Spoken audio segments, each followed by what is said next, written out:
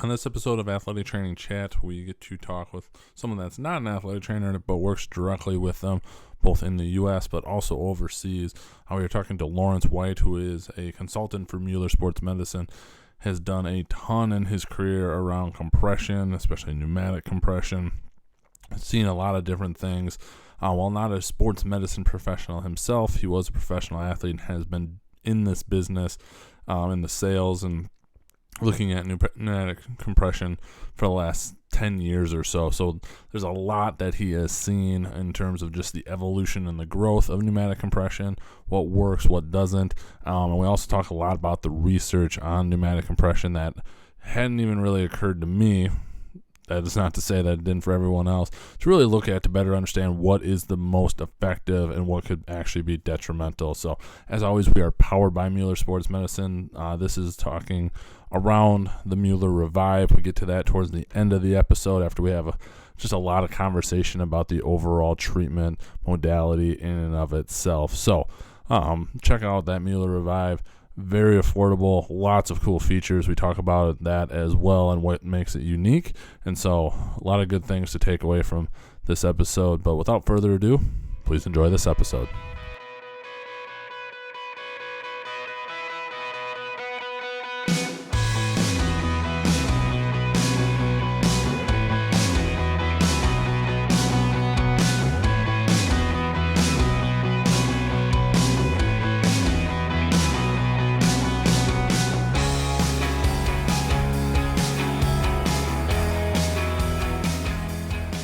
Welcome to this episode of Athletic Training Chat. We are on with Laurence White, who works with Mueller Sports Medicine, who is obviously one of our partners for this podcast.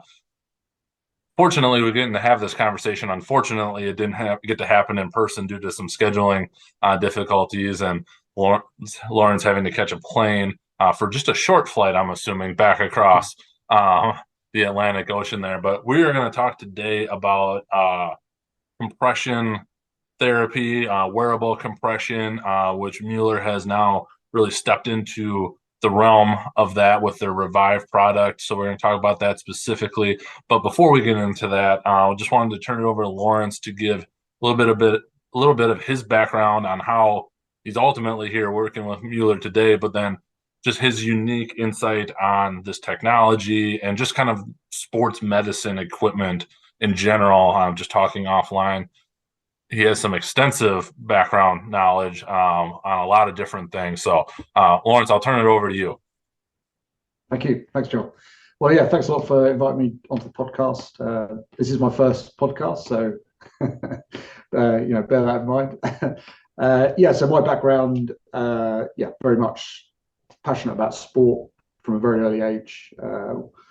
Did a sports science degree, and then following that, went straight into professional rugby. And so from an educational standpoint, got a good background, but then also from a professional sports background as well. Certainly back then, we probably weren't as professional as the athletes are today in the rugby. It was from amateur to professional, we were probably just in the middle of that. So the benefits are, we had some good amateur ethos still within the team, but obviously still a professional mindset as well. So. And then from there, I had an idea for a product, inflatable ice bath, a recovery tub product, and that was how I started my business in 2004. And from there, we made connections, sourcing other products, looking at how we can do things better or help athlete either recover, perform better. That was really what we were looking for, and we identified sort of three areas that we'd always look at. Is it backed by science? Can it be easily implemented into an athlete's routine, recovery strategy, or whatever it is, the team environment? And then, would the team or players buy into it? Because it could be the best product backed by science, but if the players don't want to use it, then it's not going to sell. It's not going to be popular. Right. So there were the sort of things we looked at when looking at new products.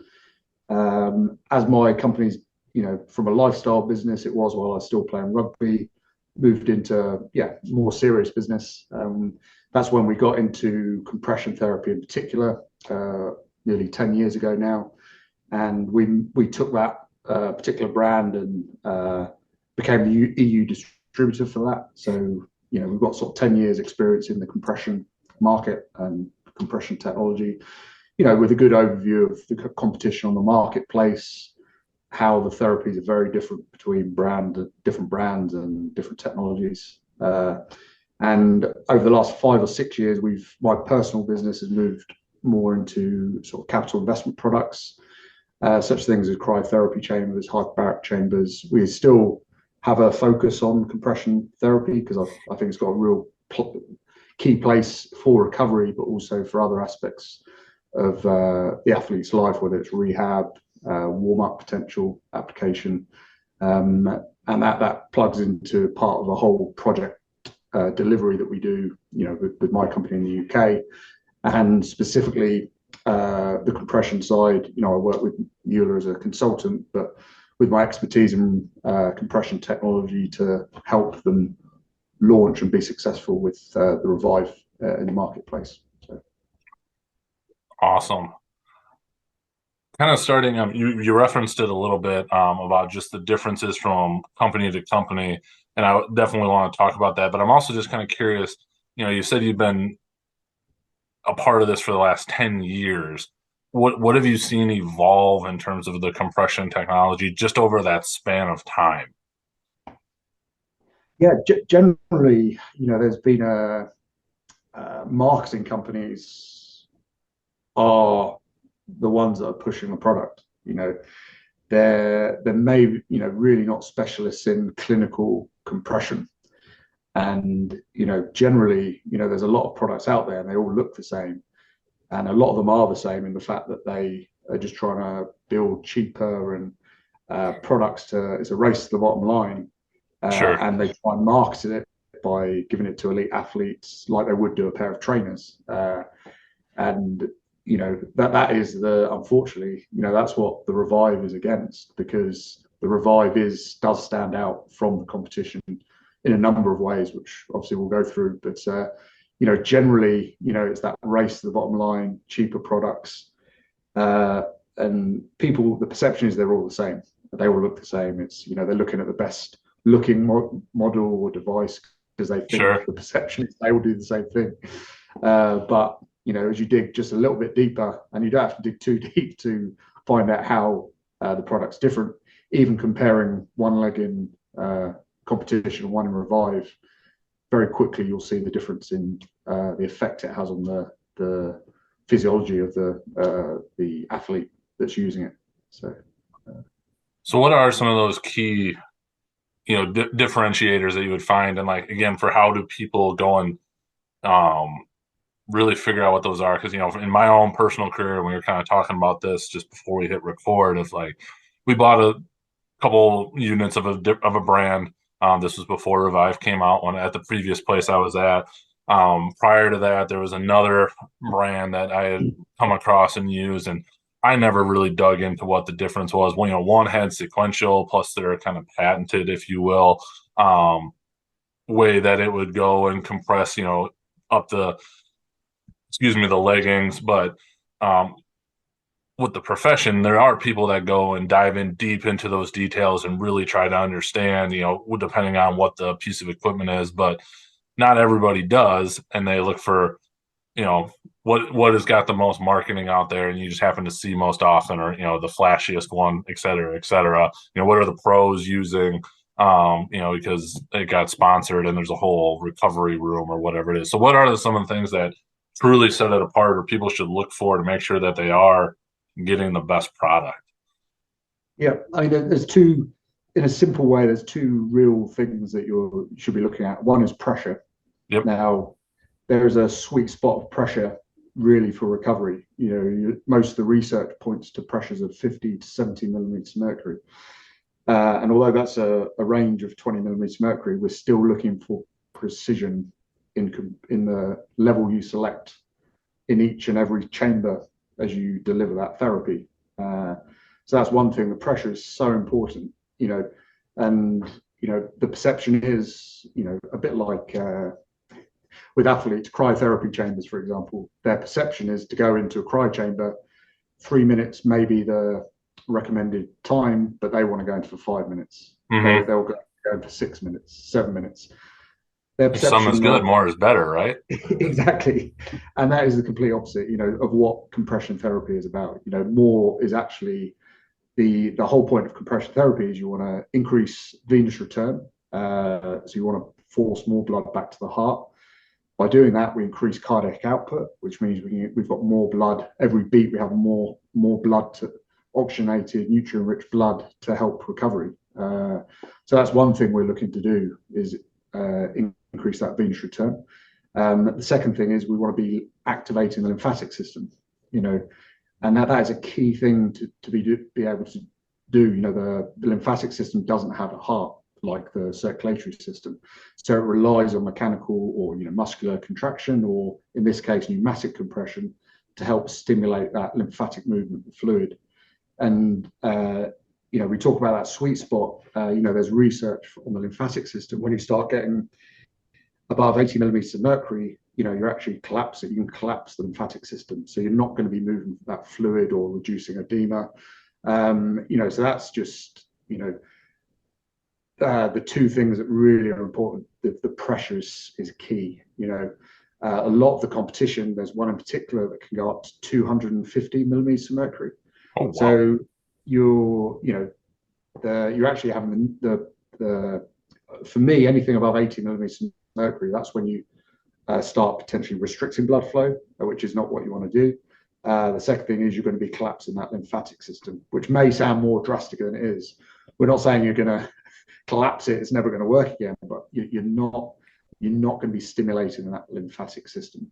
Right, it's counterproductive.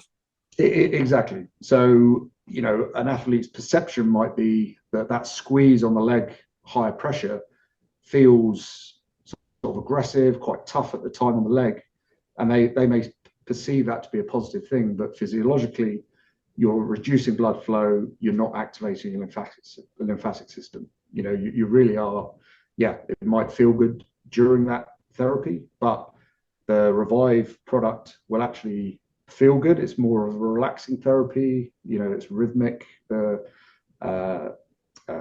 therapy, but after it, you'll notice a difference. You'll feel lighter legged. There's better range of motion. You'll feel fresher. The legs feel lighter. So yeah, the pressure is the key sort of general thing that people should be looking at. And then the second thing is time. And what I mean by that is cycle time. So the Revive, a cycle, we talk about sequential compression, but it's sequential gradient compression as well. So what we mean by that is from distal to proximal fills the first chamber to a pressure, then the second, then the third, then the fourth, holding the pressure in each chamber as it moves from distal to proximal. Now, the time that takes is important because the quicker it is, the more flushes you get. So, for example, the cycle typically is about a minute 15 per cycle, depending on what pressure, obviously. Mm-hmm. And what we're looking for is more cycles. So if we have more cycles, it means more flushes. We're moving more blood. We're moving more fluid in the lymphatic system. So that time is really important. Again, one of the competitions, one of their new units, the cycle time is 5 minutes. We did some tests on it yesterday with the sales team, and we put one leg in the competition, one leg in the Revive. We've done 3 or 4 cycles in the time it's taken the one full cycle on the competition. And perception, on the higher pressures as well, you get like not pins and needles, but you get that feeling in your foot that you have stopped blood flow because of the high pressure and also the time the limb is under pressure. So they're the two key things that generally is the pressure. So it's quite a sweet spot pressure you want, that precise pressure as well. And then the time, how many cycles you can get. The more flushes, the better the recovery. So. Now, is all of that stuff, readily available? I'm one of those athletic trainers. I just learned that 80 milligrams of mercury can kind of clamp off the lymphatic system. Um, I did not know that and never just thought to even look. But in terms of like looking at different things, within just like the infographic or even like on the internet, is that stuff easily found, or is that stuff that, from what you guys have found in your own research, obviously, you knowing the market as well as you you know, do you got to look specific places, or is that just people don't It's highlight that because it's not necessarily the selling point they're looking for? Yeah, a lot of the competition point to a few studies, but that's not the main how they sell the product. Sure. The Revive technology is actually the manufacturer, the company behind that make the Revive product is a company called Megaethic. They've got 40 years experience in the medical market. So they do have actual medical products that are used for lymphedema. So, those therapies are all about activating the lymphatic system. Sure. Anyone that knows any, lymphatic massage, Yep. which is quite a specialist type of massage, but those pressures is not the same as a sports massage. It's a lighter massage. And that's really, as you start looking at actually what are we trying to do, increase blood flow, that's pretty standard. What we're trying to do, increase venous return. But the lymphatic system is such an important system, and people don't, maybe don't look at it enough. Even to 20 years ago, it was a lot was unknown about the lymphatic system. Maybe 30 years ago, so yeah, there is research there. The rise based on medical device that specializes in the lymphatic system and how you can activate the lymphatic system. And I know there is an argument, well, we're talking about healthy, yeah, but the lymphatic system is functioning, but you can still boost that with the correct therapy, compression therapy. So yeah, the science is there. When you look at lymphatic massage, it is a similar process. We look at a Yep. lighter pressure because that's all you need. That's what you need to activate the lymphatic system. So You mentioned just kind of earlier, recovery is obviously kind of is a sweet spot, but injury is also, something that a lot of different compression options are out there on the market. Mueller has their own other types of versions too, which we don't need to get into. But say, talking sprained ankle, super common, always, tends to swell up. We got to control that. Is that 50 to 70 that you kind of talking about in terms of milligrams of mercury, pressure, something you would still recommend for that kind of initial part, or do you kind of play with that at all based on patient tolerance, or is there something there? yeah, I mean, you said patient tolerance. That's exactly it. Okay. For rehab, the Revive lowest pressure is 20 millimeters of mercury. So Okay. in the acute phase, this can be used because we can work at those lower pressures, 20 millimeters of mercury. Now, there's two variables you can obviously increase over time, but it's always dependent on the pain threshold or any the feedback from the athlete. But ultimately, we can start, in the acute phase of rehab, and it's not to say we're going to replace cold therapy. No, definitely not in that acute phase. You can still use that cold therapy, but then you can use the Revive. Cold therapy has a limit, a window in terms of how long you can apply it, but then you can add the Revive, which will help reduce the edema further if you want. You need that at that stage. And yeah, you can increase time, and then obviously you can increase pressure as you move through the rehab process, but obviously pain being the threshold. It was interesting you mentioned the ankle sprain. There's a particular garment that we have, the mini boot. So this is a great product. So yeah, it's just below the knee. It's a particular good application for travel. So if you're on a seated position, you can still have a therapy when you are traveling or flying.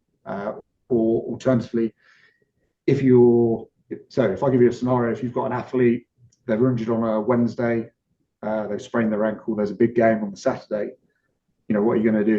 You can either say, you can put them in this boot, they can sleep the boot potentially. The M4 model has a interval program, so you can set it on for 8 hours, for example. You have 20-minute treatment, 40-minute rest, and that will repeat for 8 hours. So you can block off. So you only have to put the one limb or one ankle, one leg in the boot, and then it gives you that fighting chance that they're going to get rid of that edema, and potentially they're going to be able to play at the weekend. So that's just something that can be used as one particular application. But looking at the rehab point of view, there's a real focus on that injury site. So if you've got post ACL, you've got this healthy athlete that is used to moving every day, training, recovery days, moving. Their body's used to moving. We're going to treat the injury, the swelling or the knee on the left side, for example. But then after that, put both limbs in the recovery boots, for example, the boots, and what you find is, what we do is keeping the healthy tissue healthy. So what I mean by that is that the non-injured limb, that still needs blood flow. We still need that lymphatic system activated to stay healthy. So it's not just about the targeted injury site. It's actually, keeping the healthy tissue healthy.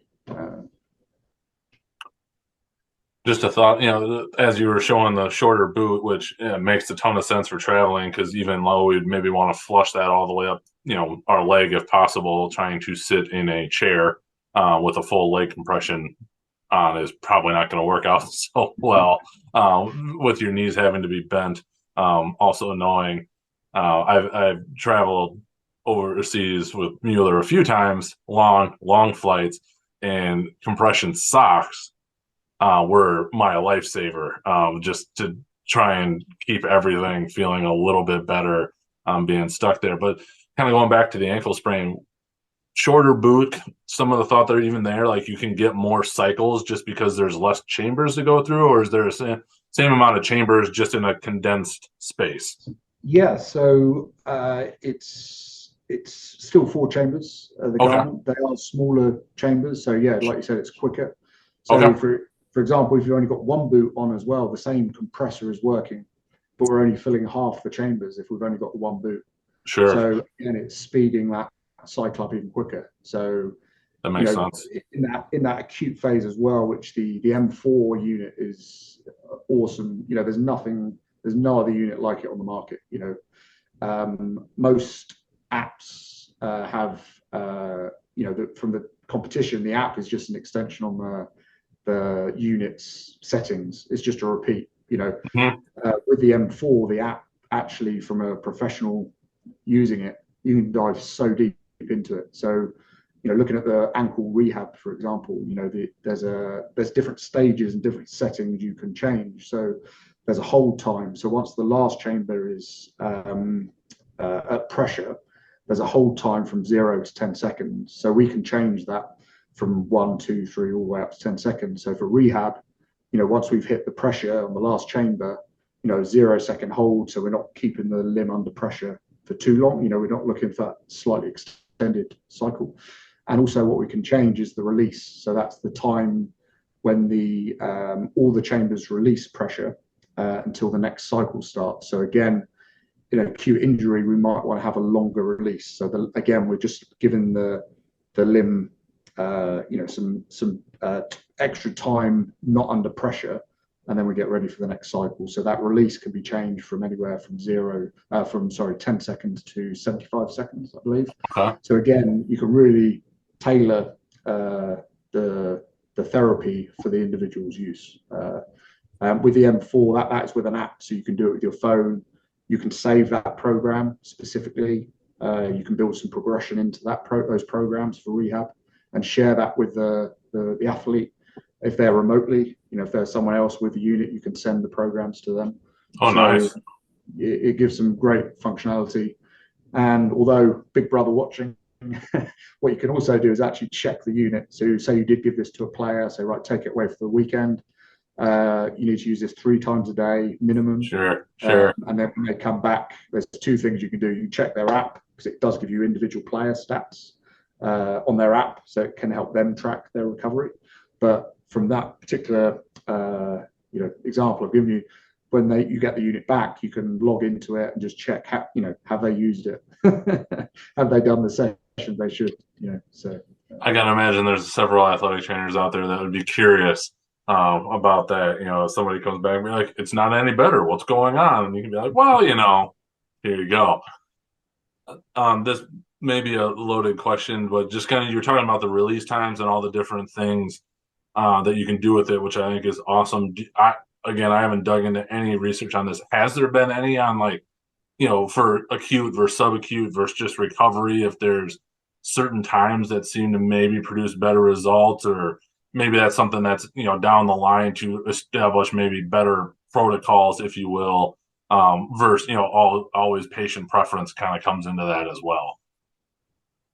Yeah, I mean, there's a lot of research out there, for reducing edema, bone healing, even system with bone healing. There's not specific times of use, but more so the pressures being applied. That's where the majority of the research is about. Okay. It's pretty standard, the length of time, the sessions, 15, 30, 45 minutes to an hour of sessions. And, looking at the pressure specifically is the main part of the most of the research that's out there. Gotcha. But in terms of boosting performance, there's a number of studies showing with multiple bouts of exercise using compression technology between those and how it affects performance, in a positive way. So that'd be a particular, obviously when to use it between bouts of exercise is definitely, maybe a sevens team, sevens rugby. That's my background. So, but if they've got 2 or 3 games during the day, compression technology between those games is a must, to help the recovery. So, absolutely. Before I have just a few more, questions specifically to the Revive, anything else that we haven't really covered on compression as a whole, that you would like to touch on that I might have overlooked? Yeah, I mean, I think we've covered the science side of it. We generally have sort of 4 areas we look at when we're sort of showing or talking about the Revive. So the science and expertise. So multiple studies with actually the technology that's used in the Revive. Sure. One particular study, which is a study where they put dye into the lymphatic system, and then shown the lymphatic system under a scanning. They've got before the therapy, during the therapy, then after the therapy, and they've actually got videos of how the lymphatic system is activated during. But then 30 minutes after the therapy, the lymphatic system has been activated. The autonomic muscles in the walls of the lymphatic system are activated. They're working. They're moving lymph. So, the perception is it's just during the treatment, but actually 30 minutes after, we've made an effect that's still helping the lymphatic system. So, the science is a key thing. The expertise from medical background, this unit is made to last. The medical market, you need units that last, and the garments that last. So, science and expertise are the key thing. The therapy, we sort of touched on the precise pressure measured in millimeters of mercury. One of the things I didn't touch on, obviously, is the speed of the cycle, but it's that quick release of pressure. So a lot of the competition, they have a long cycle, but then they have a very slow release of pressure. And what happens is the limb is still under pressure when the next cycle starts. So we always think about the lymphatic system like a sponge. So, we're looking to squeeze the sponge. So we move fluid, then we release the sponge, we pick up more fluid, squeeze, release. So the more you can do that, and the full release of pressure, the more fluid, we're going to move in the lymphatic system. So that's sort of the therapy side. And then some people overlook it, maybe not look at it quite as much detail as we do, but the garments. You can have the best unit in the world, but if your garments are not delivering the compression in a uniform way, then you're really going to be missing the the whole point. The Revive have a 30% overlapping structure. So again, going back to the lymphatic system and lymphatic bandaging, any lymphatic bandaging that's applied, it looks at that 30% overlap. So in the garments, the Revive garments mimic that, from that years and years of research about, using that 30% overlap, which is the best way of delivering that compression, but gradient compression as well. So we have a slight drop off in pressure as we go distal to proximal, because we mimic the body's natural way of moving fluid from a high to low pressure. So, so that's the way the garment's made, in terms of the 30% overlapping structure. It may not come across too well on the video, but what you'll find as well is when this is actually being used, and internally as well, you wouldn't know really that this is a 4-chamber garment, because it is a single touch point to the skin. Yep. And that's really important. We've got a really good video showing, a no overlap and a partial overlap, and you still get pooling of fluid between each chamber if you don't have that sort of 30% single touch point to the skin. So the garments are a massive part of the therapy. And on the garments, we're the only Revive's the only product on the market that's got such an array of garments, and that's not to, everyone has a specific use. So the mini boots, perfect for any ankle rehab or travel. You can use obviously for traveling when you're seated. Obviously the boots, which are the most popular. We have a core garment, which is a full 360 compression. It targets obviously the groin, glutes, hip flexors. Also goes into your lower back as well. Great for ice hockey. Really good application for that. Ice hockey, tennis, any sports with a lot of sideways movement. Really, there's no other garment like it on the market. And then the additional garment is the pants garment, which is the combination of the core and the boots. It's an 8-chamber garment. And again, that's just such a good product. The M4 has a specific pre-treatment mode as well that can be used with the pants. And what that does is similar to the lymphatic massage, where they massage further up the limb to empty the larger lymph nodes in the body. And the purpose of that is to empty the larger lymph nodes towards the torso. So then during the treatment, they can accept more fluid from the the lymphatic system. So again, a great product, and the lymphatic system, people just perceive that as removing waste, but there's a lot of other things. It helps with your immune system, removing toxins. The pants garment can actually help with gut health, because there's the compression on the actual guts as well. So it's not just about a few little things here. There's many things it can help with. And then the upper body garments we've got are the arm, and then a half jacket as well. And the half jacket's a great product for baseball, in particular, the pitchers. So a range of garments, and the design of the garments is massive for the product. And the final area we look at is practical use. How can the product be practically used by the athlete? So a simple one is just the battery life. The M2, for example. This is the lightest unit on the market. It's under 1 kg. Sorry, I know your pounds. It's less than 2.2 pounds. There you go, everybody. Yeah. Really, really light. But what it has is 8+ hours of battery life. And we say 8+ hours. If you're using it this sort of level that we recommend, 50, 60 millimeters of mercury, that battery will last 10+ hours. In comparison to some of the other competition on the market, they may look a bit fancier, potentially touch screen and things like that, but their batteries are 2-3 hours. So when we talk about practical use, an athlete could wake up in the morning before a game, feel a bit stiff, use the Revive. They've got to travel. They're traveling on a bus, team bus. They can use it then before they warm up. They can use it at the end of the game. They can use it the next day. They probably won't need to charge us up over all that time. Or if you're using it between players on the team, if it's a shared unit. So that's where the practical use comes in. So, yep. I guess specifically to the Revive, then you've kind of mentioned the M4, multiple times.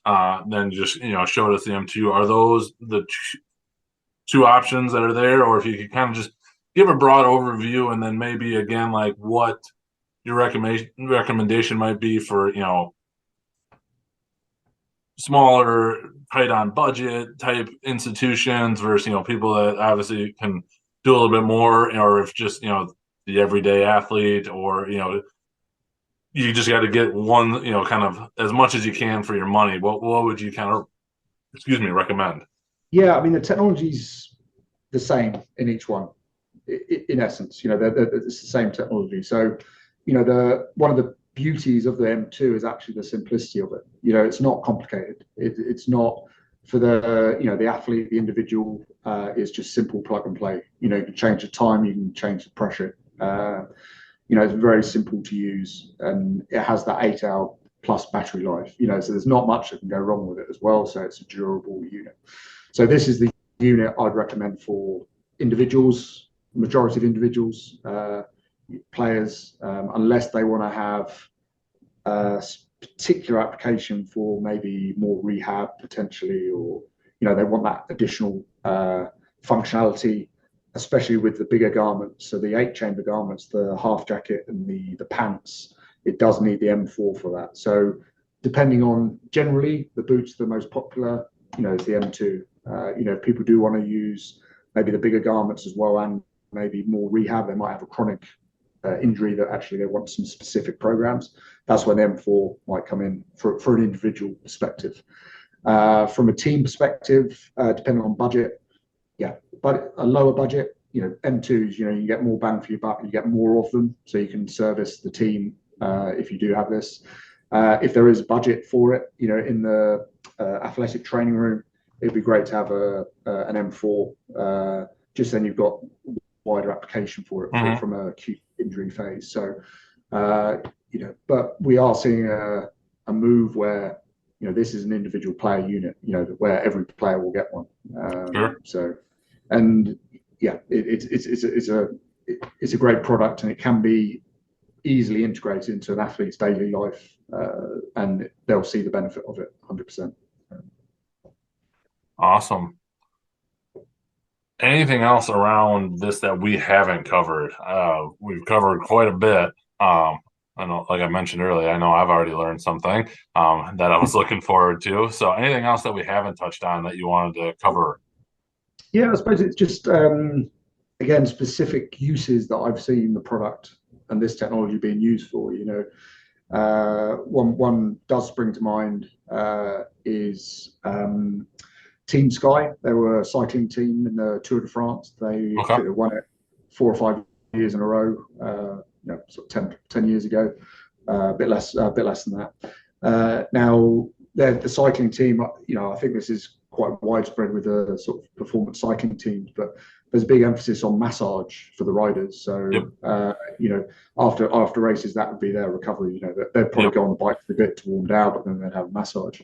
What the Team Sky found is what they would do is put the riders on the compression technology before they massage, and what they found is that the muscles were a bit looser. It made it easier for the massage, and they weren't looking to get an easy ride, or excuse the pun, but the massage therapists, they just found it so much easier and quicker to get in deeper into the muscle, because it was more palatable after they'd done the compression technology.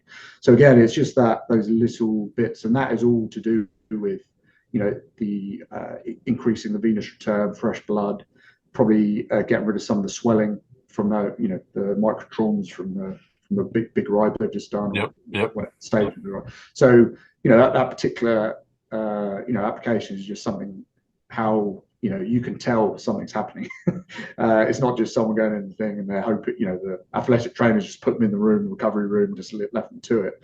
Not knowing what pressure they put it on, for example, competitors or whatever. It is something that once you dig a little bit deeper, and as I said, you don't have to go too deeper to understand the effect compression has on the body. I always like to look at it, supplements, for example. You wouldn't let your athlete use any supplement off the shelf. You'd want to have a look at it and things like that, from a team perspective, and really, okay, that's a real extreme, but compression isn't too different to that. Compression, it will have an effect on their circulatory system, will have an effect on the lymphatic system, and that not always is a positive thing, Right. with compression. So yeah, that's one thing. And yeah, the last thing probably, it's an unusual application, but a number of years ago we got approached by a TV show, and it was more of a documentary about autism, and it was a particular child they had heard about compression technology, and they wanted to see the effect it would have on this particular child. So we, donated a product for him with the compression. I think it was the pants equivalent, and Sure. they found really relaxed, just a very therapeutic, rhythmic Yeah. motion, the squeeze, and it's something I never thought. There's a potential market for that, or not a market, but actually it can help people, and that is particularly, it's okay. We're not talking about maybe a physiological effect, but it was just the feeling and how it relaxed. It is a relaxing therapy, so. I think that's a really important point, beyond that, or even just in the recovery in general, to just get people out of that sympathetic state into that parasympathetic, relaxed, recover, state. And where, yeah, like sometimes the high pressure might feel good. And you talked, extensively about why that wouldn't be, but it may also not be good just for, trying to get into that relaxed state, to your massage thing.